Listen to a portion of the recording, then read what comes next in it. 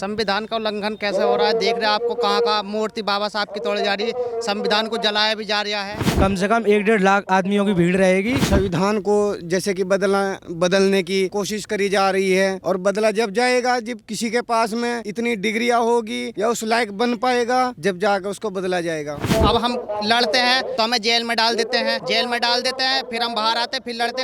अभी ये सत्ता में है, सत्ता में तो ये कर रहे हैं। अभी हमारा एक ही भाई है जो अकेला कहाँ तक दहाड़ता है। तो भाई हमारे साथ में खड़े रहते हैं। 2027 में उन्हीं बनाना है और उन्हीं को वोट हमारा जाना है। तो जितना जनता का जो काम है वो तो भरपूर नगीना लोकसभा में हो रहा है, 2027 में वो उत्तर प्रदेश में भी होगा। हम जब सत्ता में आ जाएंगे, सबसे पहला शिक्षा का काम करें, शिक्षा बेरोजगारी को दूर करेंगे। नमस्कार, आप देख रहे हैं वो न्यूज और मैं हूं आपके साथ यशस्वी शर्मा। इस वक्त मेरी मौजूदगी है उत्तर प्रदेश मुजफ्फरनगर में और आज आजाद समाज पार्टी के नेतृत्व में महारैली निकाली जा रही है। चंद्रशेखर आजाद के नेतृत्व में महारैली निकाली जा रही है जिसका नाम इन्होंने दिया है, जो कि संविधान को बचाने के लिए है। संविधान अधिकार बचाओ और भाईचारा बनाओ। इसको लेके यहाँ पे काफी संख्या में लोग उमड़े हैं, भीम आर्मी से उमड़े हैं, आजाद समाज पार्टी से लोग आए हैं। चंद्रशेखर आजाद के नेतृत्व में आज ये महारैली जो है आयोजित करी गई है। तो जनता जनार्दन से बात करते हैं कि उनका क्या कहना है भाईचारा निभाओ पे और संविधान अधिकार बचाओ पे, क्या उनका कहना है, किस तरीके से ये लोग संविधान के अधिकारों को बचाएंगे, कैसे संविधान के अधिकारों का उल्लंघन हो रहा है, इनकी रैली से ये लोग क्या संदेश जनता को देना चाहते हैं और खास तौर पे इनसे भी बातचीत करेंगे 2027 में आने वाले उत्तर प्रदेश चुनाव को लेके। तो चलिए जनता से जुड़ने की कोशिश करते हैं। आओ, क्या हुआ? इनसे आइए खड़े। क्या नाम हुआ आपका? मनोज जी, आज आप यहाँ क्यों मौजूद? जी मैम, आज आप यहाँ क्यों मौजूद हैं? मैम हम समाज की सेवा के लिए जो आदमी खड़ा हुआ है हमारे साथ में, हम उनके साथ में आज यहाँ पे मौजूद हैं, क्योंकि जो समाज सेवा करना चाहता है, जो समाज के लिए लड़ रहा है, हम उन लोगों के साथ में, हम भी साथ में यहाँ पे मौजूदगी में खड़े हैं। इन मुद्दों पे आज आप ये महारैली आयोजित करी है आपने? मैम मुद्दा तो एक ही है, संविधान बचाओ।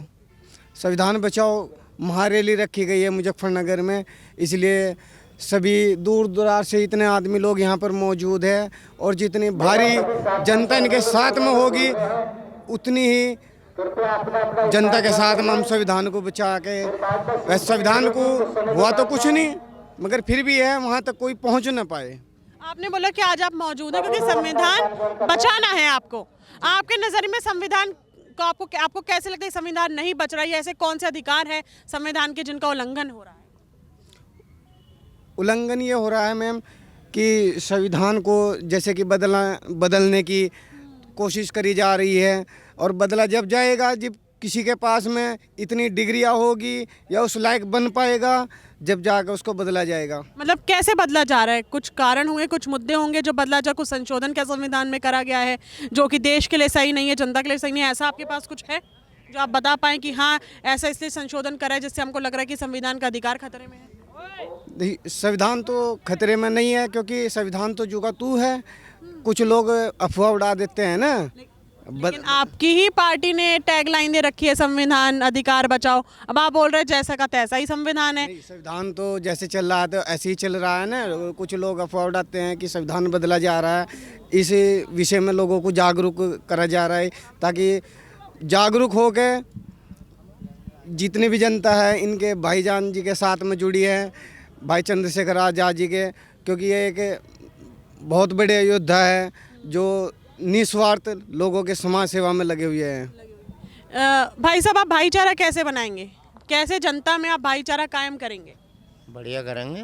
कैसे? क्योंकि आप लोगों ने लिखा है ना भाईचारा बनाओ भाईचारा निभाओ, तो कैसे करेंगे? आप अपनी रैली से किस तरीके से संदेश देंगे जनता को कि वो भाईचारा जो है बरकरार रखे? बिल्कुल सही रहना चाहिए सबको, हिंदू मुसलमान को सबको एक रहना चाहिए। तो कैसे? उसी के लिए तो महारैली आप लोगों ने बनाने के चक्कर में तो हैं हम सब। मतलब इतने सालों से बना हुआ नहीं था? बना हुआ होता तो फिर ऐसा होता ही क्यों? कैसा हो रहा है? पार्टी को जिताएंगे।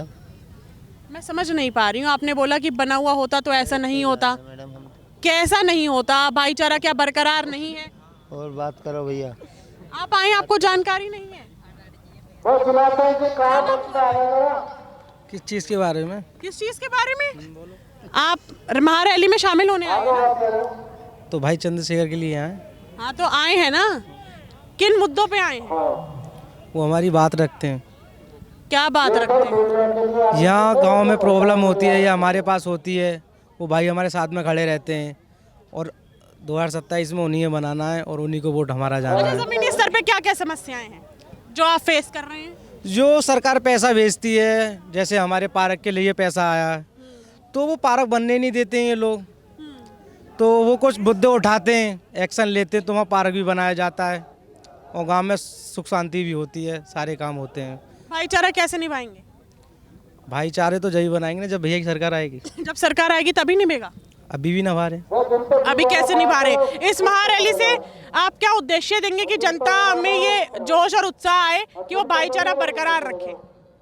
भाईचारा बरकरार तो अब होगा, अभी रुक जाओ, अभी थोड़ी 1-1.5 घंटे बाद कम से कम 1-1.5 लाख आदमियों की भीड़ रहेगी।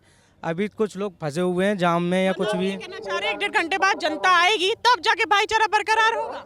बिल्कुल। अभी भाईचारा बरकरार नहीं है। अभी भी है, कौन कह रहा नहीं है। भाई साहब आप क्या बोल रहे हैं? क्या कहीं आइए बात करें इनसे। हाँ जी, क्या नाम हुआ आपका? मेरा गजेंद्र कुमार जाटव नाम है, नगीना लोकसभा। नगीना लोकसभा। संविधान के अधिकार का उल्लंघन कैसे हो रहा है? संविधान का उल्लंघन कैसे हो रहा है देख रहे हैं आपको, कहाँ का मूर्ति बाबा साहब की तोड़ी जा रही है, संविधान को जलाया भी जा रहा है। ठीक है, तो संविधान का उल्लंघन तो ये सरकार कर ही रही है। अब इसी के लिए भाई ने आज महारैली संविधान दिवस के उपलक्ष्य में रखी हुई है। तो आज 50 लाख संविधान शपथ समारोह भी है जो आज यहाँ से शुरू होगा मुजफ्फरनगर से। ये बहुत अच्छी बात है। आपने जैसे बोला कि सरकार जो संविधान जला रही है, आपकी पार्टी कैसे संविधान के अधिकारों को बचाएगी? कैसे का देखो, अभी सत्ता में तो हमारे है नहीं, सत्ता में अब हम लड़ते हैं तो हमें जेल में डाल देते हैं, फिर हम बाहर आते फिर लड़ते, फिर अभी ये सत्ता में है, सत्ता में तो ये कर रहे हैं। अभी हमारा एक ही भाई है जो अकेला कहाँ तक दहाड़ता है, आपको पता ही है। उसके बाद 2027 में यहाँ से जो आज संकल्प लिया जाएगा 50 लाख संविधान दिवस का, और 2027 की यहाँ से नींव रखी जाएगी। आज 2027 में आपको किसकी लहर लग रही है? यूपी में जो जनता है उनके दिल में क्या है?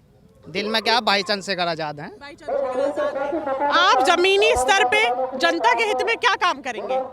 जनता के हित में सभी काम करेंगे, युवाओं के लिए रोजगार भी देंगे हम।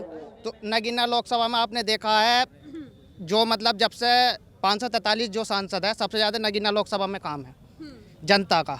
आपने देखा रोड पे भी भाई ने SDM DM सब चल रहे थे, रोड बन के तैयार हो गया। तो जितना जनता का जो काम है वो तो भरपूर नगीना लोकसभा में हो रहा है। 2027 में वो उत्तर प्रदेश में भी होगा। आप लोगों ने जो टैगलाइन है महारैली के लिए जो दी है, संविधान अधिकार बचाओ और भाईचारा निभाओ, इसके पथ पे कैसे चलेगी ये रैली? या ये सरकार निभाओ भाईचारा बनाओ, आज ये साबित हो जाएगा आपको। हर समाज, हर वर्ग यहाँ पे एकजुटता दिखाने के लिए सभी जितना भी OBC SC माइनॉरिटी मुस्लिम बहुसंख्यक सभी लोग यहाँ पर आज मौजूद दिखाई देंगे, तो वो भाईचारा ही बनेगा आज यहाँ पे। योगी आदित्यनाथ को लेके क्या कहेंगे? क्या वो सही से 2017 से अब तक यूपी को अच्छे से चला पा रहे हैं? योगी आदित्यनाथ जी तो हमारे तो हित की कोई बात ही नहीं करी आज तक। बहुजन समाज को उन्होंने कहीं से आज तक कोई सी मंच से अगर कहा कि बहुजन समाज के लिए मैं वहाँ पे लड़ा हूँ, खड़ा हूँ, कोई बात ही नहीं करती हमारे लिए। तो योगी आदित्यनाथ तो हमारे लिए फेल है। आपकी पार्टी अगर सत्ता में आ जाती है तो आप जनता के हित में क्या काम करेंगे, और ऐसा कौन सा काम करेंगे जो अब तक योगी आदित्यनाथ के कार्यकाल में नहीं हुआ है? हम जब सत्ता में आ जाएंगे सबसे पहला शिक्षा का काम करेंगे, शिक्षा बेरोजगारी को दूर करेंगे।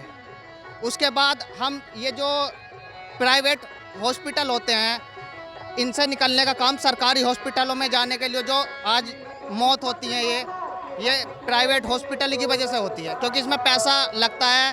तब भी हमारा आदमी इतना पैसा सक्षम तो है नहीं, तो इसलिए हमारा आदमी की जल्दी मौत हो जाती है। वो हम 2027 में जब हमारी सरकार बनेगी वो हम उस पर ज़्यादा काम करेंगे।